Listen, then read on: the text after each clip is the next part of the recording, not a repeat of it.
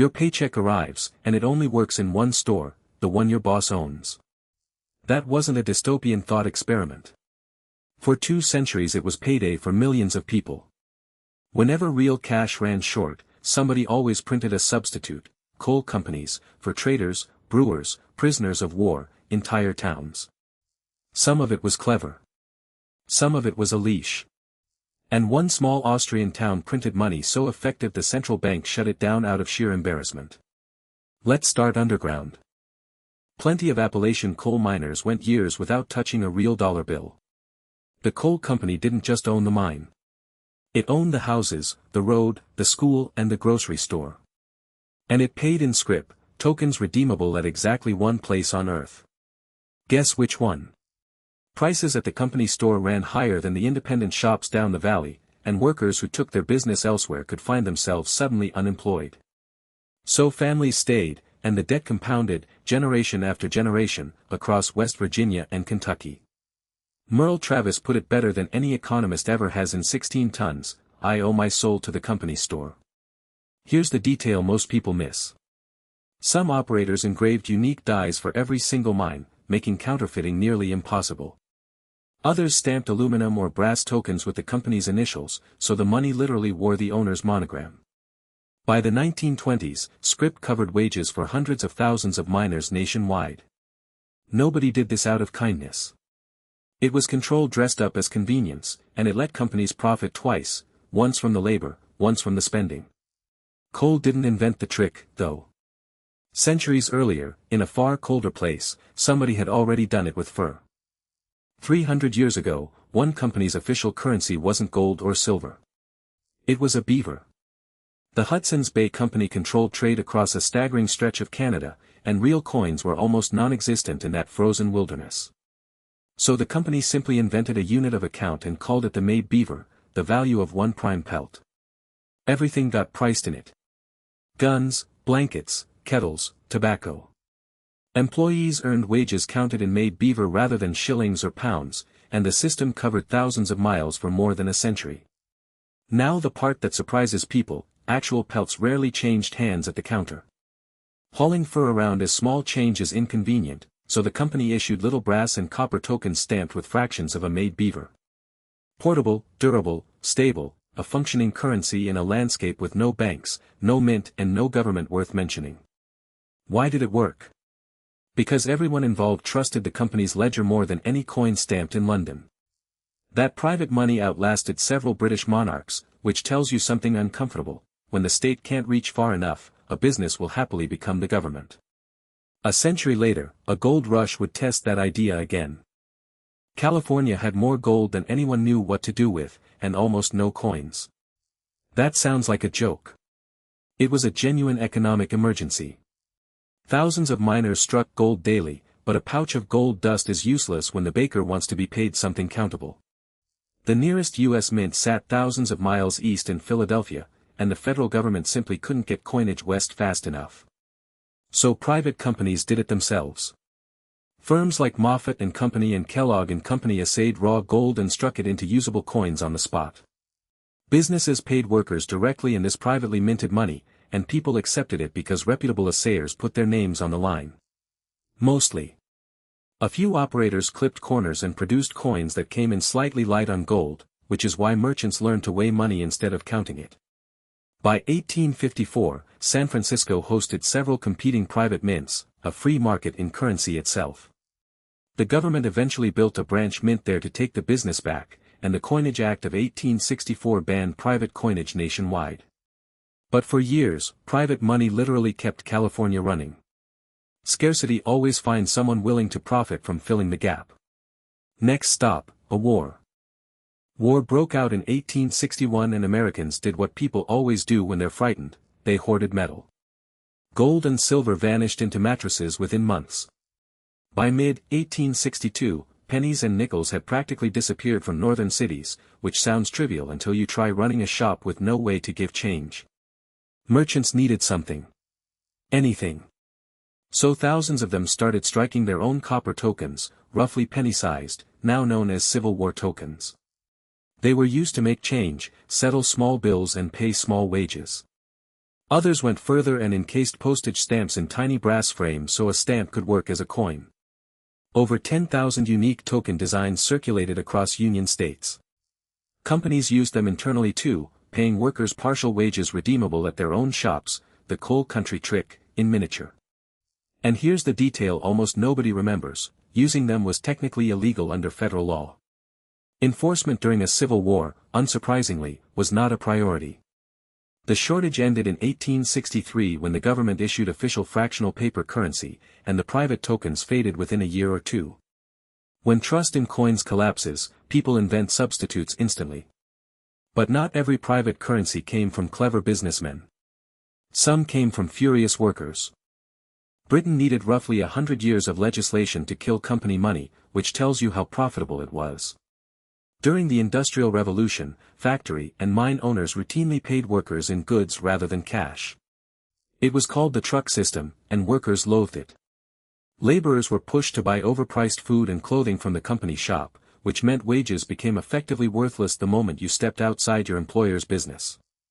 Parliament passed the Truck Act in 1831, banning payment in goods or private tokens. Problem solved? Not remotely. The loopholes were wide enough to drive a coal cart through, and unscrupulous employers kept exploiting them for decades. More truck acts followed in 1887 and 1896, closing gap after gap after gap. A small linguistic detail worth knowing: truck comes from an old French term meaning to barter. Miners, weavers, and factory workers struck specifically over truck payments, and their resistance became a blueprint for labor movements worldwide. That's the point of this whole story. Private currency isn't just quirky monetary trivia for collectors. It has repeatedly been a tool for controlling people who can't afford to walk away. Though not every experiment was predatory. One Austrian town used private money as medicine. In 1932, one Austrian town printed money designed to lose value if you held onto it. Deliberately. The Great Depression had crushed Wurgel, leaving a third of residents jobless. The mayor, Michael Unterguggenberger, tried something economists still argue about. He issued local certificates called Freigeld, free money, backed by shillings sitting in the town treasury. The twist: to stay valid, every note needed a small monthly stamp purchase. Hoarding cost you. So nobody hoarded. People spent, fast, and the money kept moving. The town paid its public works employees in this stamped currency, and local businesses accepted it for taxes, rent and everyday purchases. Unemployment in Wurgel reportedly fell by around a quarter within a year. Economists around the world noticed, including Yale's Irving Fisher, who studied it closely. The velocity of Wurgel's money reportedly ran many times faster than normal currency, which is exactly what a depression is missing. So how did this success story end? Austria's central bank looked at a mountain town outperforming the national currency and saw a threat to its monopoly. In 1933 it forced the program shut. The whole experiment lasted under 12 months. Next door in Germany, private money was teaching the opposite lesson. German inflation got so absurd that money was eventually handled by weight rather than value. After the First World War, shortages of coins and small notes hit German towns and factories hard. Local governments and businesses responded with Notgeld, emergency money. Coal mines, breweries and factories printed their own colorful notes and paid wages with them, which worked adequately until 1923, when hyperinflation went vertical. Notgeld denominations climbed from thousands to millions to billions of marks within months. Workers reportedly rushed to spend their wages the same day they were paid, because during the worst stretches money lost value by the hour. Waiting until tomorrow was a financial mistake. Here's the strange part. Some Notgeld wasn't printed on paper at all. Companies used silk, leather, linen, even pressed coal dust, partly for durability and partly, one suspects, for showmanship. Which produced a beautiful irony: those notes became collectibles worth far more decades later than they were ever worth as money. The government finally replaced the currency with the Rentenmark in late 1923, and private company money vanished almost overnight once trust returned. That's the lesson. Paper is only worth something while everyone agrees it is. Across the ocean, a gentler version of the same collapse was coming. When the bank failed, one Washington town started paying each other in wood. In December 1931, Tenino's only bank collapsed, freezing every resident's savings at once. No cash meant no trade, and local commerce ground almost to a halt.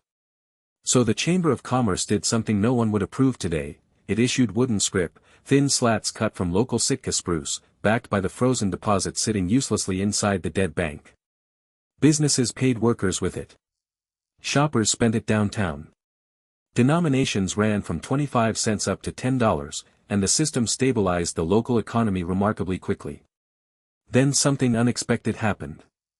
Collectors across the country heard about the town paying in timber and started writing in, asking to buy the notes as souvenirs. Many pieces were never spent or redeemed at all, which meant the town had sold wood for real money and never had to pay it back. Pure profit, accidentally. It helped that Tenino was a sawmill town, so the raw material was cheap and local. Other Depression-era towns copied the idea with wooden or leather currency of their own. Communities can improvise trust when banks fail them. But the strangest private currency of all wasn't printed by any company. In prisoner of war camps, cigarettes became more valuable than money, including to men who didn't smoke. During the Second World War, Allied POWs in German camps had no use for national currency. But Red Cross parcels arrived regularly, and they contained cigarettes. Reliable supply, small, divisible, universally wanted, that's a currency whether anyone intends it or not. So prisoners priced everything in cigarettes. Chocolate, soap, haircuts. Camp canteens run by prisoner committees essentially functioned as small companies, paying prisoners for labor and services in cigarette wages instead of cash. We know the details because British economist R. A. Radford lived it and documented it scientifically afterward. His 1945 paper described the camp as a genuine, self-organizing economic system, behind barbed wire, under guard, with nothing resembling a government. And it behaved exactly like one. Prices fluctuated with Red Cross parcel deliveries, which is textbook inflation and deflation. When shipments were delayed, prices in cigarettes spiked overnight. When parcels arrived, prices collapsed again almost immediately. Non-smokers hoarded cigarettes purely for their purchasing power, which is the most convincing proof imaginable that money is a social agreement. Currency doesn't need a government. It needs scarcity, trust, and people willing to trade. Back home, though, company money's era was closing. By 1938, the United States decided company money had to die. It took a fight. For decades, unions had battled coal companies over payment in scrip, and labor leader John L. Lewis pushed hard for federal wage protections.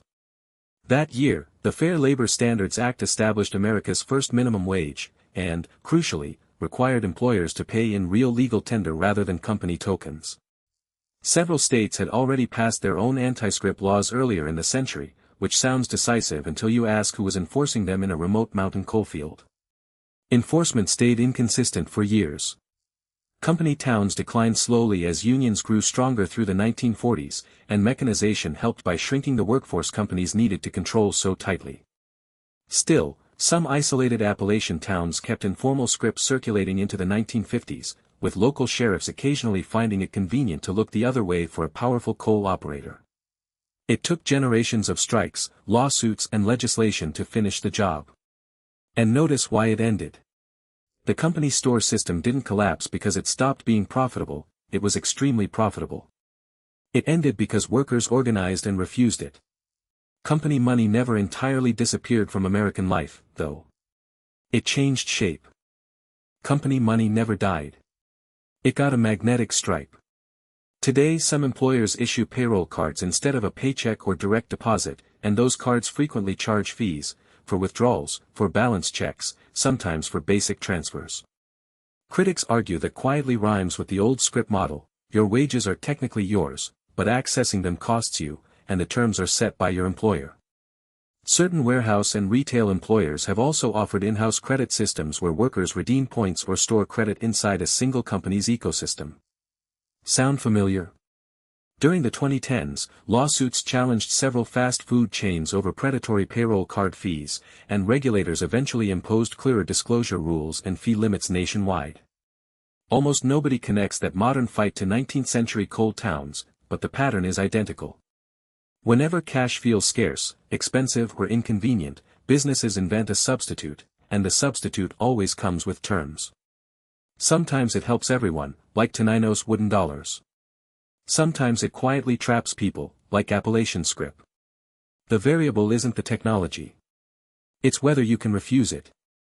Across 3 centuries, the question underneath all of this has never changed: who controls the money workers earn? Companies keep answering it themselves. We should keep asking. Company Scrip promised convenience and usually delivered a leash. The pattern across 300 years is simple: private money helps people when it's optional, and hurts them the second it isn't. Which of these currencies surprised you most, the fur, the wood, or the cigarettes? Tell me in the comments. Next time, the wildest currency collapse in modern history, a hyperinflation so extreme you'll assume we made it up.